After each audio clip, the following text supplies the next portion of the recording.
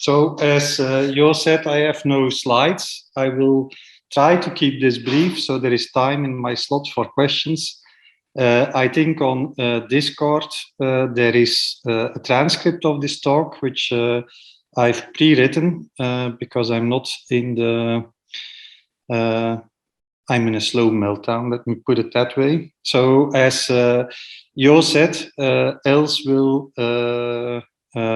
take on Discord questions after my slot, but I will just try to read from the transcript and hopefully that will make sense to all of you. So maybe I start by saying that I'm not the only founder of LAVA. In fact, before we started with LAVA, we were just a group of people with a late diagnosis of autism who wanted to discuss how autism was presented in the public domain and how autism research represented us. It seemed that people with a late diagnosis and an academic training were not present at all in the public discussion in Flanders. This is about 4 years ago. Many things, fortunately, have changed already. It also seemed that autism research was not about us, let alone that it involved us, specifically people with a late diagnosis and an academic training. This is changing as well, and I believe that in Flanders, LAVA's impact is part of that change. I talk about Flanders, and maybe not everybody in this international audience is very familiar with our very small region. Flanders is the Dutch-speaking part of Belgium with about 6 million inhabitants. For this talk, I hope to make it clear that the LAVA model is not specific to Flanders, but that it is all the same important for such a LAVA model of participatory research that it is done in a specific part of the world and based on establishing direct and lasting relationships between autistic people and local institutions and researchers. Okay, so when our group of late diagnosed autistic people met initially, before we even had a name and so on and so forth, we were reading and discussing academic autism research papers. We felt, as a group at that time, that it was important to be actively involved in changing the public perception of autism. This started for us in showing that academically trained autistic people existed and that we had an informed opinion about autism research. This for two reasons. One, we were actually autistic. Two, we were trained to read academic research papers. Therefore, the group found that we should try to reach out to autism researchers and help them to conduct research that was both of added value to the autistic community and that was well informed by autistic experience. The group also believed that if we were going to have an impact on public perception of autism, this would be because we could work together with autism researchers. I'm not looking at the chat, so I'm assuming that people will take that up and I can come back to it afterwards. So after all this, LAVA was born. As Jo said, the acronym stands for the Dutch translation of Reading and Advice Group Adults with Autism. One of our co-founders, Karen, came up with this name because the image of LAVA was appropriate for people with a late diagnosis of autism. We achieved a lot in our lives. Many of us were happily married, had, in many cases, autistic children, and of course, were able to successfully finish higher education. But somehow something was boiling inside of us that finally erupted, and that eruption was painful, but it also gave a potential for new fertile ground on which to grow new fruit. And so that's the symbolism of the acronym of LAVA. I have spent some time on the origin story of LAVA because I think it is important that for something like LAVA to work, there has to be this kernel of people who really want to put their time, expertise, and passion into reading autism research. It is not important that they are or want to become autism researchers. In fact, the added value of LAVA lies in us not aspiring to be autism research. I personally am an exception, as is clear from the introduction. I will come back to this, but I am not representative in that sense for the members of LAVA. It is our only aspiration to help autism researchers to take the autistic perspective into account and to ensure valuable autism research questioning, and to ensure that there is valuable autism research questioning, entrench stereotypes, and changing the public perception away from those worn stereotypes. Anyway, if you want to read the conclusions of this group that co-founded LAVA, I point you to our English language mission and vision. The link is available in the transcript. So with all of this background, let me come to the point of this presentation of today. As was identified in our global autism community response to the Lancet Commission, participatory research is a crucial element in improving autism research. I've introduced a link in my transcript to the preprint version of that paper. Heta will, as far as I know, talk later today about this Global Autistic Task Force on Autism Research. I just want to emphasize in my slot how LAVA, in our view, is a great model for improving participatory research. I hope LAVA can inspire others in other parts of the world to start up collaboration with autism researchers in their own area. The first thing that I need to emphasize here is what LAVA is not. We are not researching why and how participatory research needs to be done. Here we read and follow what has been published by both autistic and non-autistic researchers. See, for instance, a key paper by Sue Fletcher-Watson and colleagues. Also a link to that is available in the transcript. We are also not a collective of autism researchers actively trying to increase the number and impact of autistic autism research, such as the Participatory Autism Research Collective in the UK. A link to that organization is also in the transcript. Finally, although we believe that it's crucial to do qualitative research into the lived experience of autism, for instance, what is done by my promoter of my PhD, Professor Christine Hens, with specifically late diagnosed autistics, although we believe that is crucial, we are not limited to that type of research. We basically are open to discuss any kind of autism research with autism researchers. So what is LAVA then from a participatory research point of view? It is a bottom-up initiative in which a group of autistic adults work together with autism researchers within their specific region. As such, it is a unique way of organizing the structured dialogue between autistic people and autism research in a specific region. In our case, that is Flanders.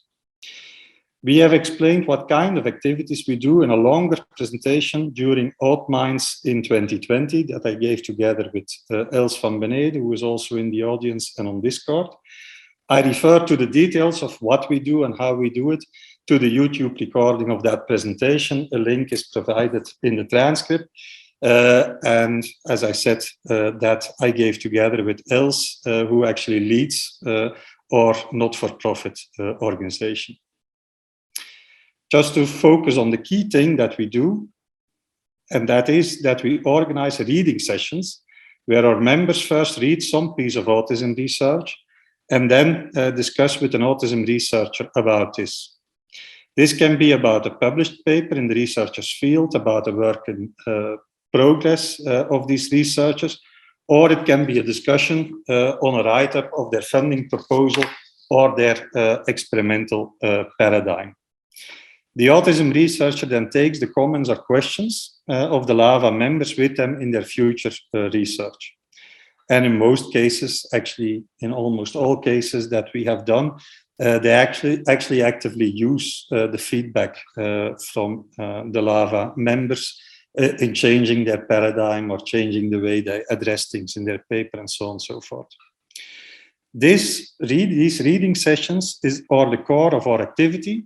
And around that, a number of other things have started to grow. And before I go to these, I need to stress that in my view, we could only successfully bootstrap this process because we established early on a working relationship with Laures, which is actually the collection of researchers in the University of Leuven, autism researchers that span across all kinds of academic disciplines, from genetics actually over psychology and pedagogy to economics.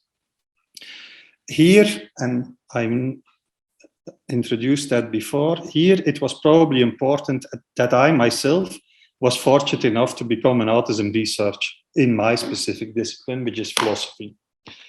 Likewise, it was probably crucial that in Laures, that group, you can also find a link in the transcript, many professors, if not all, and specifically Ilse Noens, were already committed to this participatory research paradigm.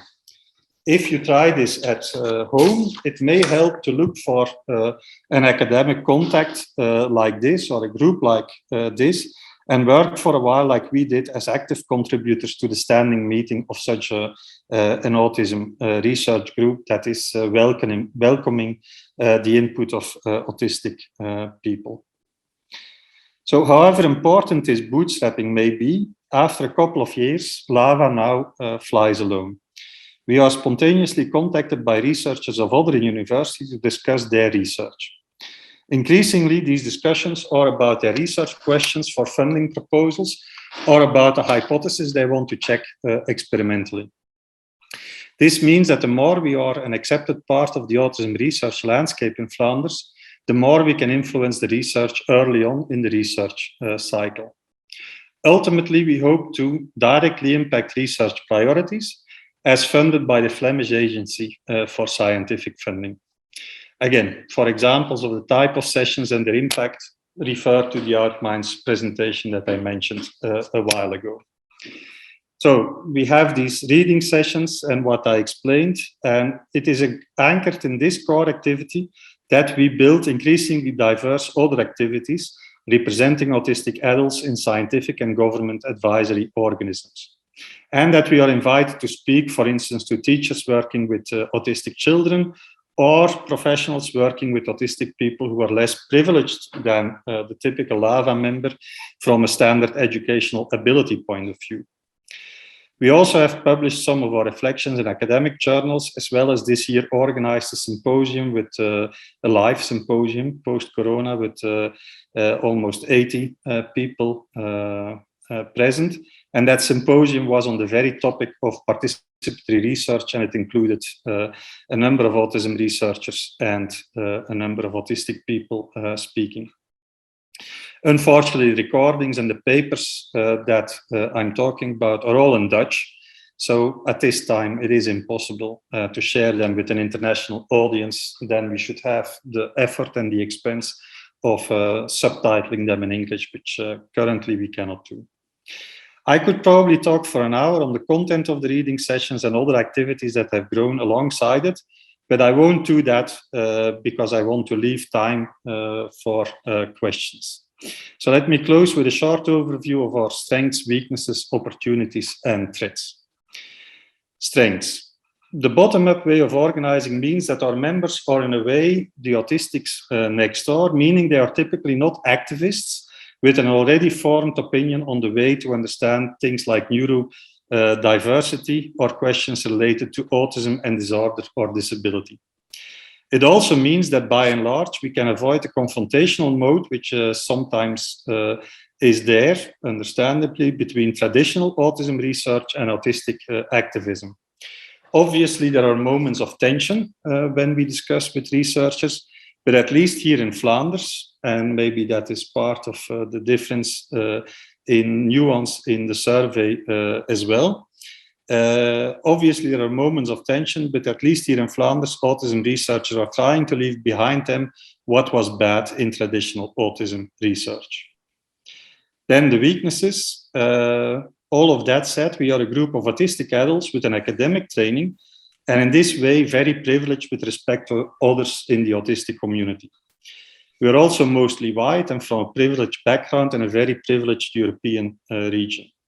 This is why we always say we only are an autistic voice, and why we dream to start projects with autistics of, for instance, a migration background and autistics with more pronounced learning difficulties. Then opportunities. One of our first reading sessions was with Dr. Sander van de Kruijs, who initially proposed the HIPEA theory. I cannot go into detail on this theory. It has, in my view, a lot in common with the monotropism account of the late Dr. Diana Murray. But I can say it focuses for autism on differences in perception rather than on deficits in socio-cognitive skills.